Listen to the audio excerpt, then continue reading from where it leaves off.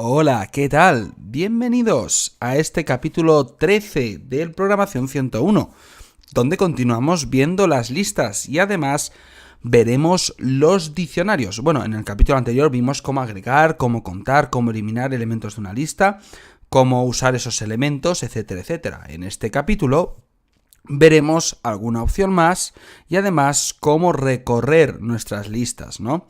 Bueno, una de las cosas interesantes que podemos hacer con nuestras listas es insertar elementos en una posición concreta.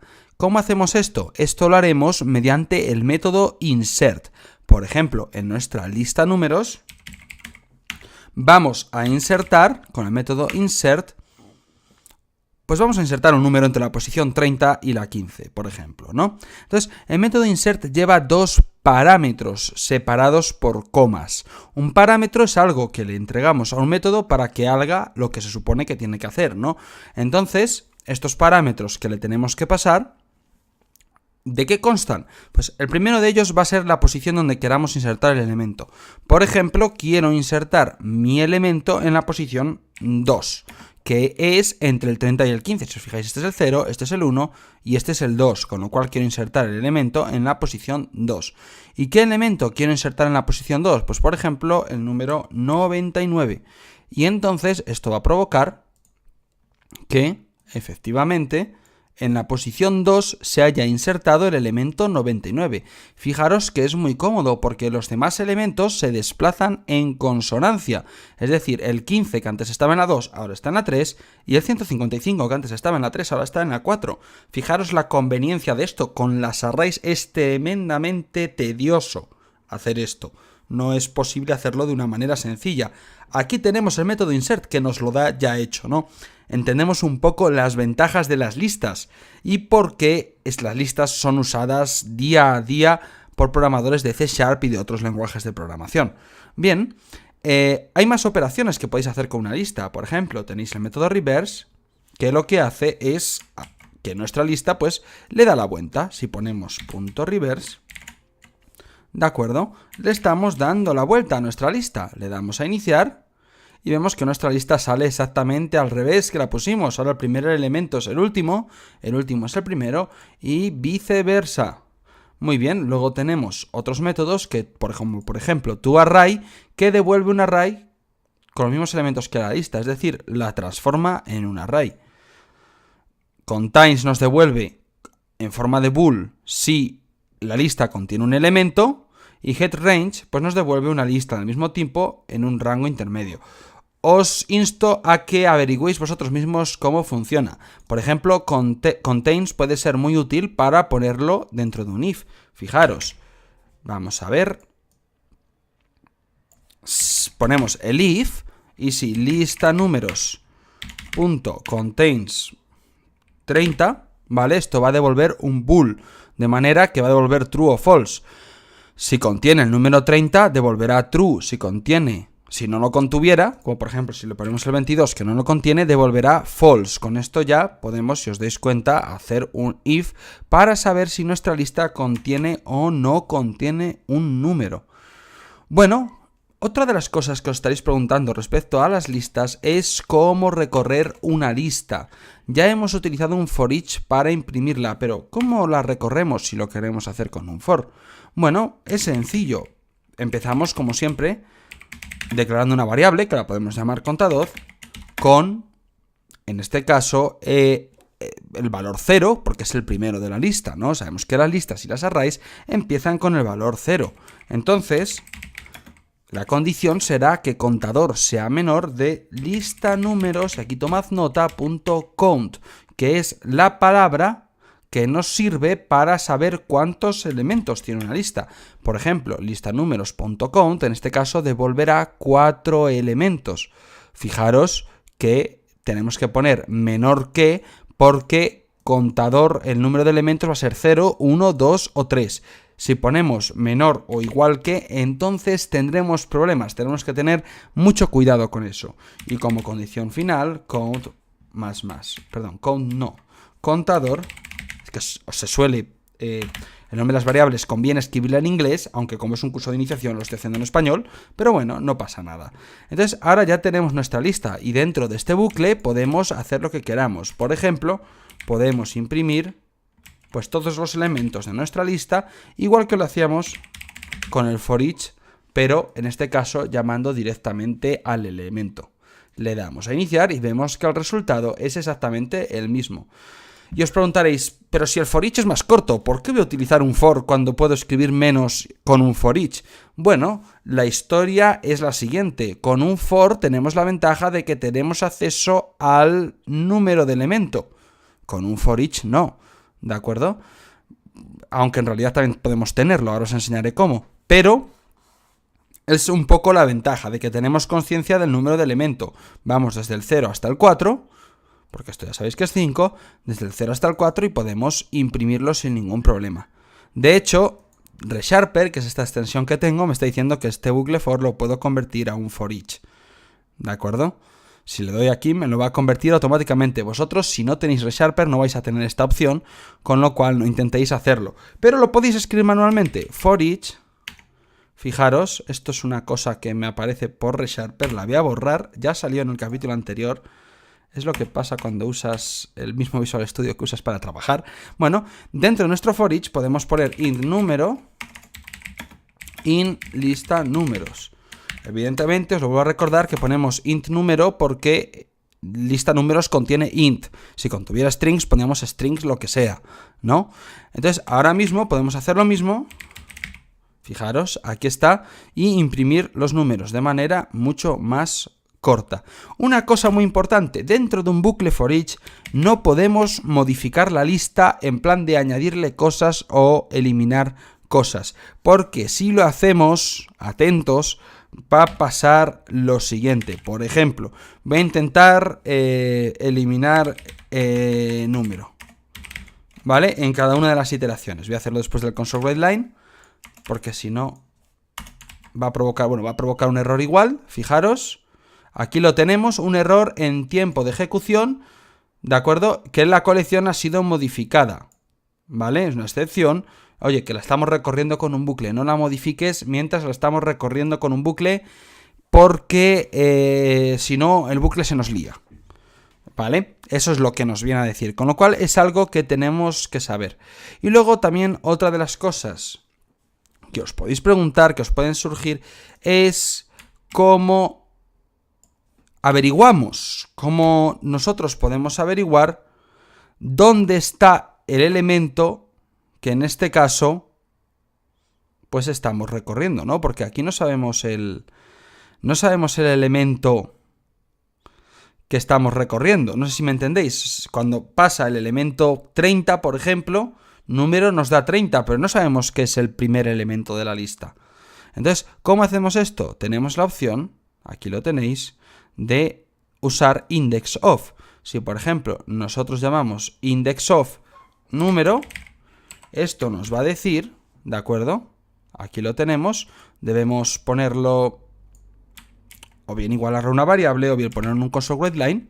Esto nos dirá que el elemento número es pues el que sea de su posición. El 15 nos dirá que es el 1, el 0, perdón, el 30 nos dirá que es el 2. Ahí está, me estoy liando un poco. El 30 nos dirá que es el 1, el 15 que es el 0, no, el 15, bueno, sí, claro, el 15 es el 0 porque hay uno en la 0, pero también hay uno en el 3, en el 2, perdón. Entonces, esto tenéis que tenerlo en cuenta. IndexOf nos dice en qué posición está el elemento que le indiquemos. Nos puede servir dentro de un bucle for each para ciertas situaciones, pero normalmente si usáis un bucle for each es porque no tenéis que tener en cuenta el índice. Por ejemplo, os pongo un ejemplo muy rápido. Podemos usar un bucle for each para sumar todos los números de esta lista. Entonces voy a inicializar una variable suma que sea igual a 0 y le voy a ir sumando dentro de nuestro bucle for each. Mirad, suma es igual a suma más número. ¿De acuerdo? Y entonces aquí console.writeLine suma. Entonces ahora nos va a sumar todos estos elementos usando este bucle for each y nos va a dar que suman 215. ¿De acuerdo? Como veis, no necesito para nada saber en qué posición están los elementos para sumarlos. Entonces, ¿para qué voy a usar un bucle for? ¿No? Bueno, es un error común de programación, como ya os he dicho, modificar una lista. Se pueden modificar sus elementos. Eso sí, puedes cambiar un elemento de 5 a 7, pero no puedes añadir o eliminar elementos mientras la estás recorriendo con un bucle for each. Eso es un error en tiempo de ejecución. Bueno, vamos con nuestro Patreon y continuamos con los diccionarios. Antes de continuar, deciros que dedico un montón de tiempo a preparar el temario, a escribir los cursos y las píldoras y a grabar y subir los vídeos, y que esto no sería posible sin todos los que me apoyáis en Patreon. Si tú también quieres apoyarme, puedes hacerlo en patreon.com/programación101. Bueno, pues continuamos con los diccionarios. ¿Qué es un diccionario? Por aquí os he hecho un dibujito, aquí está, que explica un poquito lo que son los diccionarios, ¿no?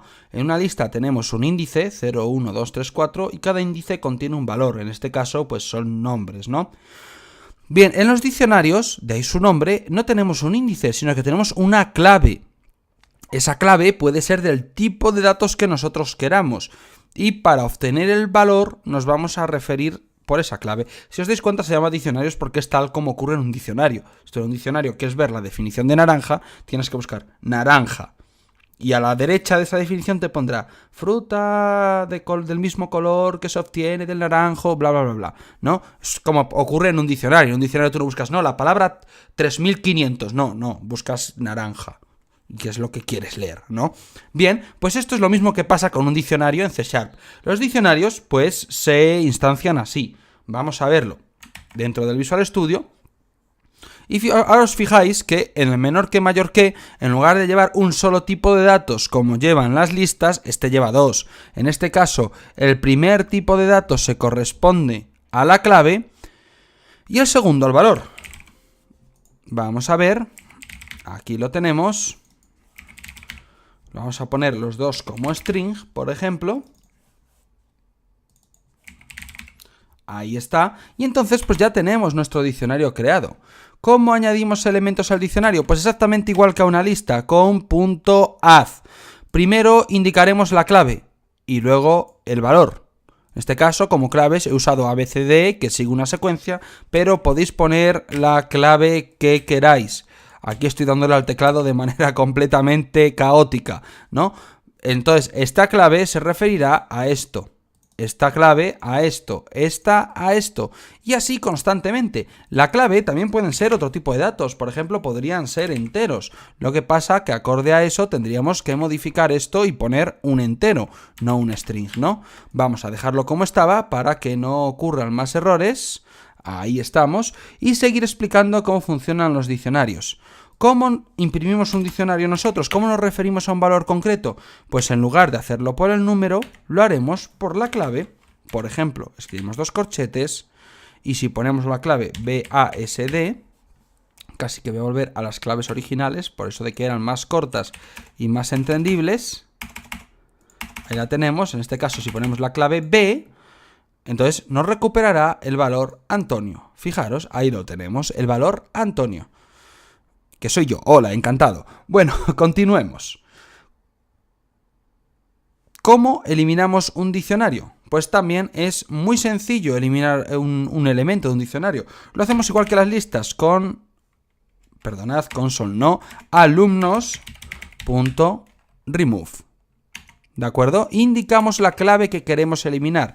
Por ejemplo, vamos a eliminar a José, la clave C. Y ahí ya lo tenemos, estamos eliminando a José y efectivamente lo hemos eliminado. ¿Cómo podemos verlo? Pues recorriendo el diccionario con un for each. Y aquí tenéis que estar un poco atentos porque esto supone una dificultad. Voy a quitar esto que me pone ReSharper para no liaros. Y vamos a ver cómo se recorre un diccionario. Lo primero, ¿qué tipo de variable usa el diccionario? Ahí está la duda. ¿Qué le ponemos? Key value pair, ¿de acuerdo? Y dentro los dos tipos de datos que lleva nuestro diccionario. Elemento in alumnos. Esto ahora os puede chocar un poco, únicamente os lo tenéis que aprender. Los elementos de un diccionario son del tipo key value pair y aquí el tipo de datos de vuestro diccionario. Vale, ¿esto qué va a significar? Que para referirnos a ellos, por ejemplo, si queremos imprimir pues una lista con, por ejemplo, vamos a poner clave más elemento.key, 2 puntos, más elemento.value. Y esto nos va a dar, fijaros, clave A Paula, clave B Antonio, clave D Juan, clave E María. Recordad que la C la estamos eliminando aquí. ¿Vale? De manera que elemento es del tipo key value pair. ¿De acuerdo? Para referirnos a las keys y a los value, tenemos que poner elemento.key y elemento.value. Esto puede que os suene algo complicado, pero en realidad no tiene mucha historia. Simplemente, en una lista de ints el elemento era un int, en una lista de strings el elemento era un string, y en un diccionario de string el elemento es key value pair string. ¿Vale? Es algo que tenéis que memorizar. ¿De acuerdo? No tiene más. Bien, pues así es como recorremos un diccionario. Si os dais cuenta, hay una cosa que os voy a enseñar. Es un truquillo, pero no os acostumbréis, ¿vale? Este key value pair string, para que no tengáis que recordar, lo podemos sustituir por var. ¿Vale? Podemos poner var y ya está. ¿De acuerdo? Esto es lo que se llama una inferencia de variables, que ya veréis en un futuro, ¿vale? Va a adivinar qué tipo de variable es esto en función de lo que sea esto. De manera que a los programadores nos evita tener que escribir la lista de key value pair. ¿De acuerdo? Así que os digo este truquillo para que lo uséis con los diccionarios, ¿de acuerdo? Con los demás también lo podéis usar, con las listas y con los arrays también lo podéis usar, podéis poner siempre var en lugar del tipo de elementos. Lo que pasa es que no quiero que lo hagáis para que aprendáis a hacerlo bien, para que sepáis qué tipo de elemento es siempre elemento y no tengáis ninguna duda, ¿vale? Entonces, pues bueno, prácticamente con esto ya hemos acabado. Espero que os haya quedado claro sobre todo esto último de key value pair y del var, ¿vale? Que no tiene nada que ver con el del fútbol, por cierto, no sé, que lo han implementado últimamente. Muy bien, pues espero que os haya gustado y en el próximo capítulo pues veremos un poquito de strings, cómo jugar con strings, cómo manipularlas. Un saludo a todos y hasta la próxima.